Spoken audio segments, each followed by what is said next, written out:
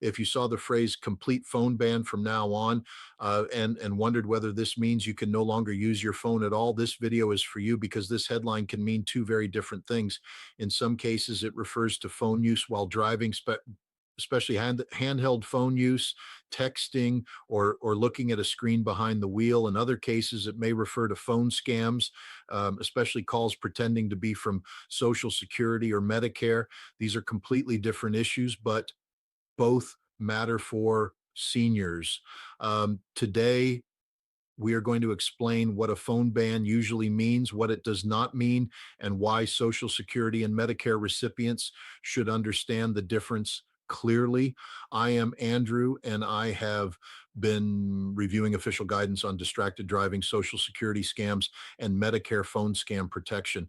Everything here is based on public information from NHTSA, Social Security, Medicare related federal guidance, and consumer protection agencies, explained in simple everyday language. Before we get into the details, if you find this kind of plain language explanation of government rules, Social Security, Medicare, IRS updates, and senior related safety topics useful, subscribe and turn on notifications. Every week, this channel takes one confusing public rule topic and explains it in a calm, straightforward format. Now, let us get into the real question. What does a complete phone ban actually mean, and why should Social Security or Medicare recipients pay attention? The biggest misunderstanding about a complete phone ban is that people think it means the government is banning seniors from using phones entirely. That is not what the real rules usually mean. In most cases, phone ban headlines refer to phone use in specific situations, especially while driving. NHTSA explains that many states have laws against texting, talking on a cell phone, and other distractions while driving, but the laws are made by state legislatures, not one single national rule for every driver. For Social Security and Medicare recipients, the phone issue is different. The main concern is not a driving law, it is scam calls, fake texts, and callers asking for Social Security or Medicare numbers. To make this easier, let us use an example. Consider someone like Vivian. Vivian is 74 years old, lives in Kentucky, receives Social Security retirement benefits, and has Medicare. She hears a headline saying there is a complete phone ban, and then the same week she receives several calls claiming her Medicare benefits need to be verified. At first, Vivian thinks the two things may be connected, but when she looks closer, they are separate issues. The driving rule is about not using a handheld phone behind the wheel. The Medicare and Social Security issue is about not giving personal information to callers who contact her out of the blue. Vivian does not need to stop using her phone completely. She needs to know when phone use is restricted and when a phone call may be unsafe. Let us start with the foundation. A phone ban usually means a rule against using a phone in a particular situation. The most common example is driving. Many states prohibit texting while driving, and many states also restrict handheld phone use. NHTSA's distracted driving campaign says texting while driving is illegal in 49 states: Washington, D.C., Puerto Rico, Guam, the Northern Mariana Islands, and the Virgin Islands. NHTSA also warns that texting and messaging behind the wheel can lead to fines and legal consequences. In plain English, this means the rule is not you can never use your phone. The rule is usually do not hold, text, scroll, or handle your phone while driving, depending on your state. Some states allow hands-free use. Some states are stricter. Some states apply special rules to younger drivers, school zones, work zones, or commercial drivers. So the first thing to understand is this: a driving phone ban is usually about road safety, not about stopping people from owning or using phones. You might be wondering, is there one national phone ban for all drivers? The answer is no. The FCC explains that there is no national ban on texting or mobile phone use while driving, although many states have passed their own laws. That means your exact rule depends on your state. A driver in California may face one rule, a driver in Pennsylvania may face another, a driver in Florida, Texas, Georgia, or Arizona may have different details. The safe habit is simple: keep the phone out of your hand while driving and check your state DMV for the exact law. Now, let us talk about why this matters for older drivers.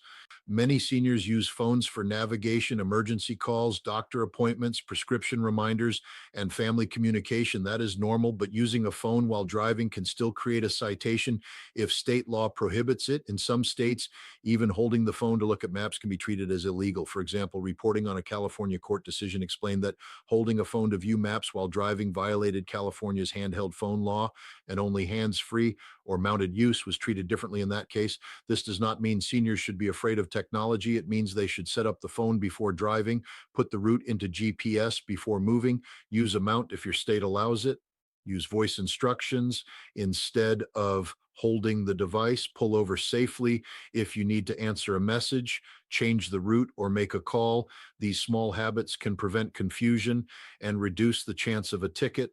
Now let us move to the Social Security and Medicare part, because this is where phone calls become a different kind of risk. Social Security says people should watch for fake calls, texts, emails, websites, social media messages, and letters pretending to be from SSA.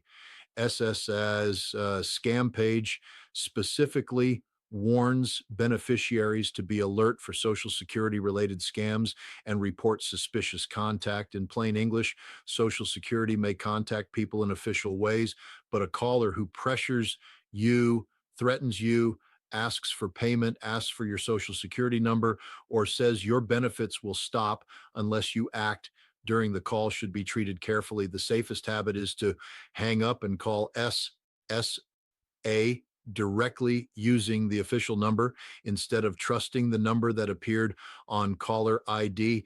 This next part is especially important for Medicare recipients. Government impersonation scams often use Medicare as the excuse for the call.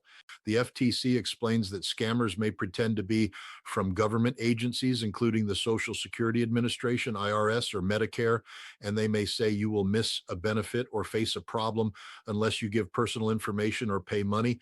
The FCC also warns older Americans about Medicare scams, and says Medicare.gov advises people never to give their Medicare card, Medicare number, Social Security card, or Social Security number to someone who contacts them unexpectedly. You might be wondering, does Medicare call people? Like, the safest plain English answer is this: do not trust unexpected calls asking for personal information. If you contacted Medicare first, a follow-up may be legitimate, but if someone calls out of nowhere and asks you to verify your Medicare number, Social Security number, bank information, or plan details, do not provide it during that call. Hang up and use official contact information from Medicare.gov or your Medicare card. Now let us connect this back to Vivian. Vivian's phone was not banned from normal use. She could still call her family, contact her doctor, and use her phone at home. But while driving, she needed to keep the phone out of her hand and follow her state's distracted driving law. And when someone called claiming to be from Medicare, she needed to avoid sharing personal information unless she had verified the caller through official channels. Two different phone issues, one simple lesson: use the phone safely and verify government related calls before responding. And finally, this is the piece that ties everything together. A complete phone ban headline may sound dramatic, but the real explanation is usually more specific. For driving, the rule may ban handheld phone use, texting, or screen interaction while behind the wheel. For Social Security and Medicare, the practical ban is not a legal ban on phones. It is a smart personal rule. Do not give private benefit information to unexpected callers. Both rules protect you, but they protect you in different ways. So the clearest answer is this: there is no single rule that says seniors can no longer use phones at all, but many states restrict phone use while driving, and Social Security and Medicare recipients should be especially careful with unexpected phone calls. The safest approach is to keep the phone hands-free or out of reach when driving, and to verify any Social Security or Medicare call through official numbers before sharing information. Before we finish, let me answer three questions that come up most often about the complete phone ban headline. Question one: is there a national law banning all phone use while driving? Answer: no. The FCC explains there is no single national ban, but many states have their own laws against texting, handheld phone use, or distracted driving. Question two: can I use GPS on my phone while driving? Answer: it depends on your state. The safest habit is to set the route before driving, use voice directions, use a legal mount if allowed, and avoid holding the phone. Question three: should I answer calls from Social Security or Medicare? Answer: be careful with unexpected calls. Do not give personal information to someone who calls out of the blue. Hang up and call the official agency number yourself. Everything we covered today applies generally, but your exact answer depends on your state and your benefit situation. For driving rules, check your state DMV website and look for distracted driving, handheld phone, texting, and older driver rules. For national road safety guidance, visit nhtsa.gov. For Social Security questions, use ssa.gov or call 1-800-7721-213. For Medicare questions, use medicare.gov or call 1-800-Medicare. For scam reports, use the Social Security scam reporting page or the FTC's report fraud.ftc.gov. These are official sources and will give you safer answers than a random caller. One factual note before we finish: scammers can make caller ID look like Social Security, Medicare, a local number, or even a government office.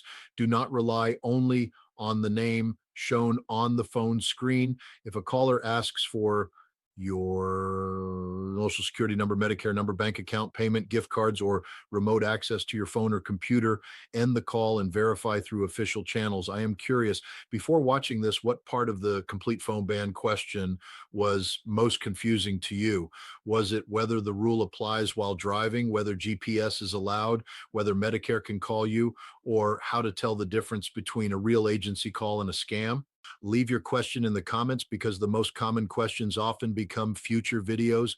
That is complete phone ban from now on. If you receive Social Security or Medicare, check this out explained as clearly as I can put it. If something is still unclear, the comment section is open and I read every question. If this was useful, share it with someone who had the same question. I am Andrew. I will see you in the next one.